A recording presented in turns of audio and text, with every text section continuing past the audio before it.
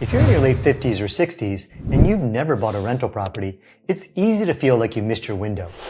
You look at people who started in their 30s and you think, they had decades for this to work. I don't. But what if starting later isn't the disadvantage you think it is? What if real estate after 55 isn't about catching up at all? What if it's about using the advantages you built over the years? The income, the savings, the experience, and maybe even the time flexibility to solve a completely different set of problems. Because at this stage, you're probably not asking the same questions you would have asked in your 30s. You may be asking, how do I create income I can actually use in retirement without immediately tapping into my retirement savings? Or how do I reduce the taxes on Roth conversions or future retirement account withdrawals? You may be wondering, how do I preserve what I've already built while still creating some growth? Or how do I diversify beyond stocks and bonds without taking on unnecessary risk? Maybe the biggest question is, how do I do all this without creating another stressful job? That's why a lot of real estate advice may be perfectly good advice, but not necessarily for your stage of life. Because real estate investing after 55 should not look like real estate investing at 35. And if you get that wrong, you can end up with more complexity, more risk, and more stress at the exact moment when you're stepping into retirement.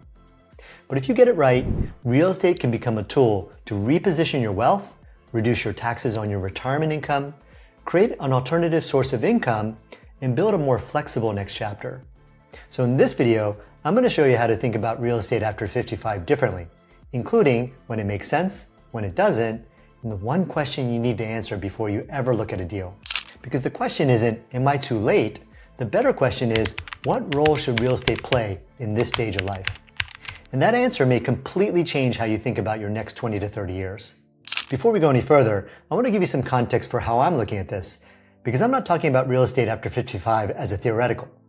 I'm turning 54 this year, and I bought my first rental property back in 2001 when I was 28 years old. So I've experienced firsthand how real estate changes at different stages of life. I've invested as a younger professional trying to build wealth. I've invested while working full-time as a doctor.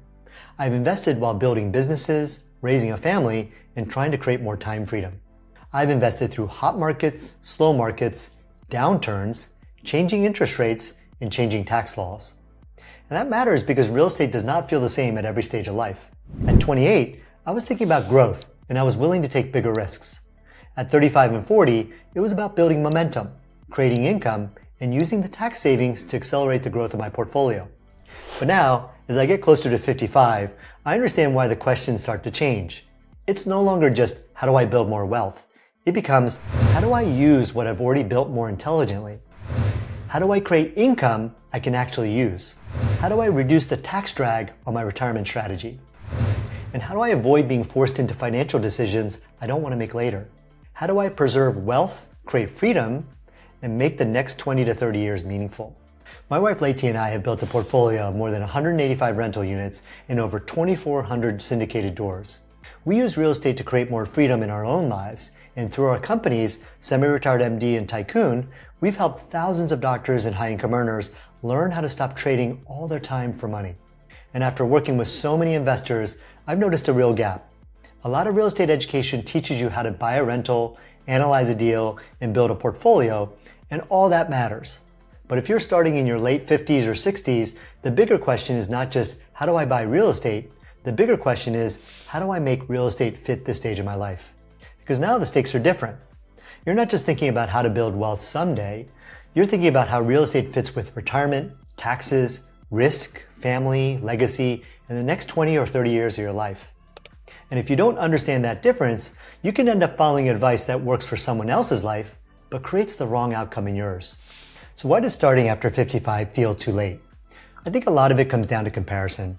You picture the investor who bought their first rental in their 20s or 30s, held it for decades, let tenants pay down the mortgage, watched the property appreciate, and then kept buying more. And when you compare yourself to that person, starting after 55 can feel like you're already behind. You think, I should have done this earlier. And maybe that's true. Maybe starting earlier would have given you more years for appreciation, more years of principal paydown, and more time to learn through trial and error. But that does not mean you missed the opportunity, because the comparison is incomplete. The person who started at 30 may have had more years for appreciation, principal paydown, and compounding to work, but you may have had things they didn't have. You may have had more savings, more access to capital, more credibility with lenders, more professional judgment, more life experience, a better understanding of risk, and a much clearer sense of what you actually want your money to do. And that last part matters because when you're younger, real estate often has to compete with everything else. You're building your career, raising kids. You may have had more savings, more access to capital, so even if real estate sounds interesting, it keeps getting pushed aside. Not because you're lazy, not because you weren't disciplined, but because life was full. After 55, many of those pressures may begin to change. You may be done or nearly done paying for college. You may have more home equity, more liquidity, a clearer retirement timeline, and more control over your schedule.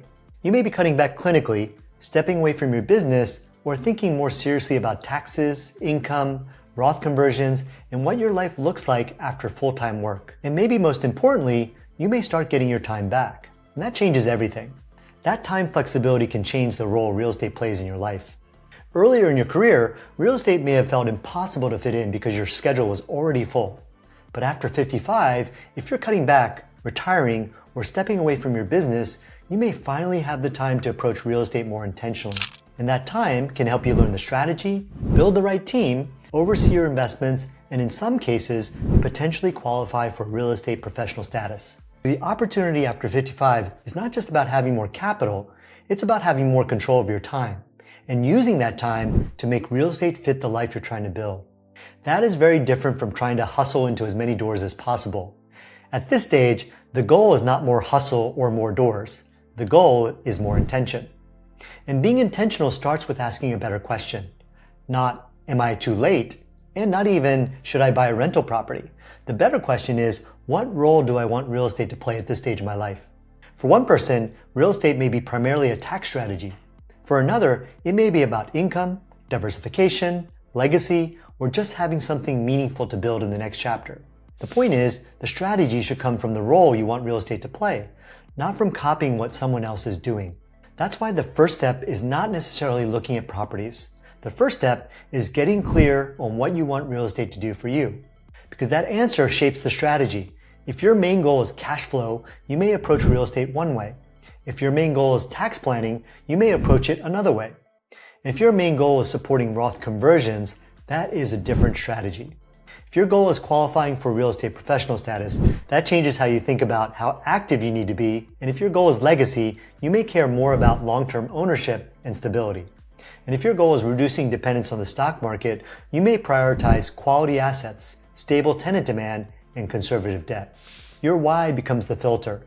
It helps you decide what type of properties to buy, how active you want to be, how much leverage feels appropriate, what kind of team you need, and what risks are worth taking. This is where many people make a mistake. They start by asking, what's the best real estate strategy? But there is no single best strategy. There's only the strategy that fits your goal, your resources, your timeline, and your stage of life. A 38-year-old trying to replace the income from their job as quickly as possible may make very different decisions from a 62-year-old trying to reduce the tax impact of Roth conversions. Neither person is wrong. They're just solving different problems. And that's why after 55, clarity matters more than speed. Once you're clear on the role, real estate becomes much easier to evaluate because you're no longer asking, is real estate good or bad? You're asking, can real estate help me solve the problem I'm actually trying to solve? And after 55, that problem might be very specific. For one person, it might be income. They don't want every dollar in retirement to come from selling stocks or taking distributions from retirement accounts. So rental income gives them another source of cash flow. For someone else, it might be taxes. They're looking to use real estate losses to significantly reduce or potentially eliminate the taxes they pay on Roth conversions or future retirement account withdrawals. And now that they have more time, real estate professional status may become possible in a way that it wasn't during their busiest working years. For another person, it might be diversification. They've built wealth, but they don't want everything tied to the stock market. They like the idea of owning something tangible that can produce income and potentially appreciate over time. For someone else, it might be legacy. They want to build assets they can pass down to their children. And real estate can be an efficient way to pass down wealth because your heirs may be able to inherit the portfolio you built without paying taxes on all the appreciation that built up during your lifetime. And for someone else, it might be purpose. They've spent decades in a demanding career and they're not necessarily looking for another job. But they do want something meaningful to build, something that uses their judgment, experience, and problem-solving skills. And maybe even something that gives them a new community, new relationships, and a new challenge in the next chapter. And that's why real estate can look very different for people after 55. For one person, it may be an income strategy. For another, it may be a tax strategy. The point is not that real estate has to do all of these things. The point is that you need to know which role matters most for you. Because once you know that, the strategy becomes clearer. So once you have a sense that real estate may have a role in your next chapter, how do you actually start? Whatever you do, don't rush out and buy a property. And don't spend the next year watching random videos, listening to podcasts, and trying to piece together a plan on your own. At 55 or 60, time matters. You don't want to waste years learning through trial and error. Find people who have already done what you want to do. And just as importantly, surround yourself with people like you. People in a similar stage of life, with similar questions, similar goals, and similar concerns. Get coaching, get mentorship, get around a community that understands not just real estate, but the stage of life you're in. Because the right guidance can help you avoid costly mistakes. It can help you avoid wasting time with the wrong strategy, the wrong market, the wrong property, or the wrong vendors. And once you have that guidance, build the right team around you. Real estate's a team sport. You need a CPA who understands real estate, a lender who understands investment properties, an investor-friendly agent, and a great property manager. The key is that your team should support your strategy. And once you have the guidance and the team, then you start looking at properties, not before. Because at that point, you're not just asking, is this a good deal? You're asking, is this a good deal for what I'm trying to accomplish? And that is a completely different question, and it can save you from chasing opportunities that look good on paper, but don't actually fit your life. Before we wrap up, there are a few mistakes I'd be careful to avoid. The first mistake is investing like you're 35. I've said this before, but it's important. You need a strategy that fits your stage of life. If you're 55 or 60, you may not want the same amount of leverage, complexity, or active management as someone who is in their 30s and trying to build wealth as fast as possible. The second mistake is chasing tax benefits instead of good investments. Tax benefits can be powerful, but a bad investment does not become a good investment just because it saves you on taxes. The property still has to make sense. It still has to fit your goals, and it still has to work as an investment.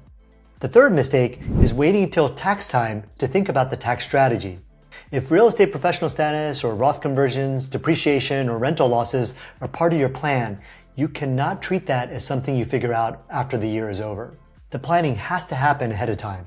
Your hours matter, your documentation matters, your ownership structure matters, and your CPA needs to be involved early.